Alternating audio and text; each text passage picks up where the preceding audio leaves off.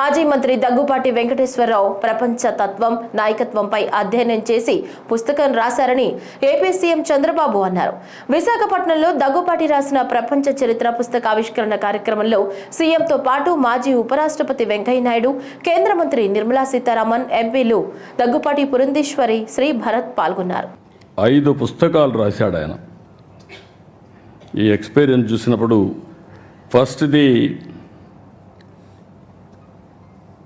ఒక చరిత్రలో కొన్ని నిజాలు, ఫస్ట్ బుక్ రాశాడు. అక్కడి నుంచి విభజన జరిగిన తర్వాత మేమందరం ఇంక్లూడింగ్ వెంకయ్య నాయుడు గారు విభజనలో బిజీగా ఉన్నాం. వెంకయ్య నాయుడు గారు పార్లమెంట్లో ఫైట్ చేయడం, ఆ సీన్ చూసిన తర్వాత బాధపడడం అవన్నీ జరిగాయి. అయితే వెంకటేశ్వరరావు గారు దాని మీద డెప్త్కి వెళ్ళి తెలుగువారి చరిత్ర, వేర్పాటు వాదం ఎందుకు వచ్చిందని పుస్తకం రాసే పరిస్థితికి వచ్చారు. 3వ పుస్తకం అక్కడి నుంచి వదిలిపెట్టలేదు. ప్రపంచ తత్వం, నాయకత్వం, దీని మీద అధ్యయనం చేసి ఒక బుక్ ఒకటి రాసే పరిస్థితికి వచ్చాడు.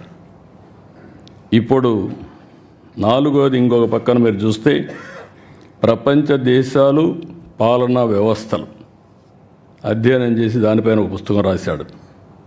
ఇప్పుడు ప్రపంచ చరిత్ర ఆది నుంచి నేటి వరకు, ఇంకా ఆయన మాటల్లోనే చెప్పాడు కాబట్టి నేను ఎక్కువ చెప్పను, మొత్తం డీటెయిల్ అన్ని ఆ తర్వాత జరగబోయేట కూడా చెప్పాడు. మనం అందరం ఒక 4-5 సంవత్సరాలు కాపాడుకుంటే మన ఆరోగ్యాన్ని భవిష్యత్తులో 50 ఏళ్ళు అంటున్నాడు. కానీ ఒక్కసారి ఇన్నోవేషన్ వస్తే 50 ఏళ్ళతో ఆగదు. కొంతమంది మీరు లేనిపోయిన ఆలోచనలు ఇచ్చారు. శాశ్వతంగా ఎందుకు బతకూడదని. God only knows. కానీ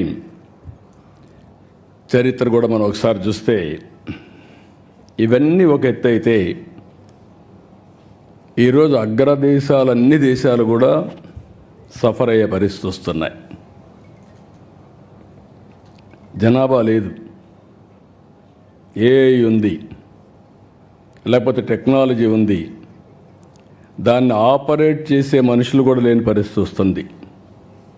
యూరోప్ కానీ, చైనా కానీ, అదే మరి మీరు చూస్తే చాలా దేశాల్లో, జపాన్ కానీ, అన్ని దేశాల్లో ఏజింగ్ ప్రాబ్లం అనేది బిగ్గెస్ట్ ప్రాబ్లంగా తయారయ్యే పరిస్థితి వచ్చింది. మనం అందరం అదృష్టవంతులం, భారతదేశం వరకు ఈరోజు ఎగ్జామ్ట్ చేసే వచ్చింది. ఏదైతే ఐఎమ్ వెరీ ప్రౌడ్, నేను ముందుకు కూడా చెప్పాను. ఒకసారి నిర్మలా సీతారామన్ గారు చూసినప్పుడు ఆవిడ యొక్క ప్రస్థానం, వెంకటేశ్వరరావు గారు చరిత్ర రాస్తున్నారు, పక్కనుండే నిర్మలా సీతారామన్ గారు చరిత్ర సృష్టించడానికి శ్రీకారం చుట్టారు.